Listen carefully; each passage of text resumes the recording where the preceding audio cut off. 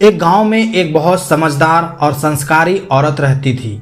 एक बार वह अपने बेटे के साथ सुबह सुबह कहीं जा रही थी। तभी एक पागल औरत उन दोनों माँ बेटे के रास्ते में आ गई और उस लड़के की माँ को बहुत बुरा भला कहने लगी। इस पागल औरत ने लड़के की माँ को बहुत सारे अपशब्द कहे, लेकिन फिर भी उस औरत की बातों का माँ पर कोई असर नहीं हुआ और वह मुस्कुराते हुए आगे बढ़ गई। जब उस पागल औरत ने देखा कि इस औरत पर तो उसकी बातों का कोई असर ही नहीं हो रहा है, तो वह और भी गुस्सा हो गई और उसने सोचा कि मैं और ज़्यादा बुरा बोलती हूँ। अब वो पागल औरत उस लड़के की माँ, उसके पति और परिवार के लिए भरा बुरा कहने लगी। लड़के की माँ फिर भी बिना कुछ बोले आगे बढ़ते रही। काफ़ी देर भला बुरा कहने के बाद भी जब सामने से कोई प्रतिक्रिया नहीं आई, तो पागल औरत थक कर लड़के की माँ के रास्ते से हट गई और दूसरे रास्ते पर चली गई।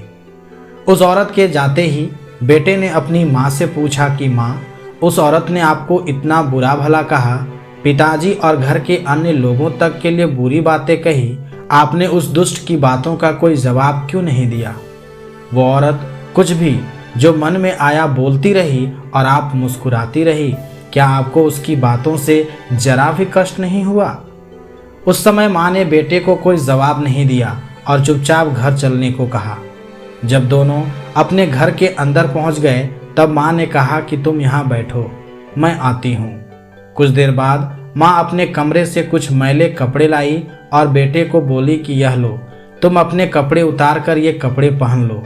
इस पर बेटे ने कहा कि ये कपड़े तो बहुत ही गंदे हो रहे हैं और इनमें से तेज दुर्गंध आ रही है। बेटे ने उन मैले कपड़ों को हाथ में लेते ही उन्हें दूर फेंक दिया।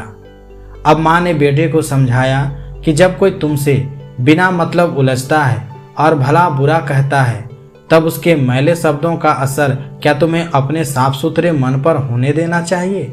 ऐसे समय में गुस्सा होकर अपना साफ सुथरा मन क्यों खराब करना? किसी के फेंके हुए मैले अपशब्द हमें अपने मन में धारण करके अपना मन नहीं खराब करना चाहिए और न ही ऐसी किसी बात पर प्रतिक्रिया देकर अपना समय ही नष्ट करना चाहिए। जिस तरह तुम अपने साफ सुथरे कपड़ों की जगह ये मैले कपड़े धारण नहीं कर सकते, उसी तरह मैं भी उस औरत के फेंके हुए मैले शब्दों को अपने साफ मन में कैसे धारण करती। यही वजह थी कि मुझे उसकी बातों से कोई फर्क नहीं पड़ा। धन्यवाद।